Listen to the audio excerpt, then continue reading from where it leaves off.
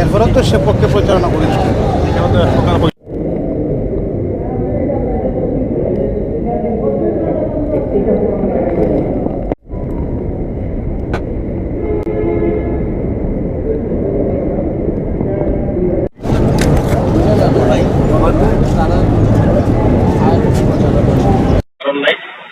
নির্বাচন অত্যন্ত আনন্দমুখর হবে।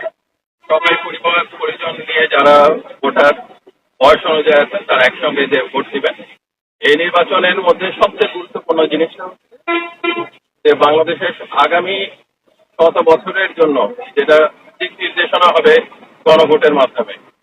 রক্ত দিয়ে বাংলাদেশের ছাত্র জনতা যে জুলাই সনদ আমাদেরকে দিয়ে গেছে সেটার ব্যাপারে সেটার পক্ষে জনগণের মতামত ভোটের মাধ্যমে আশাটা হচ্ছে একটা দিক।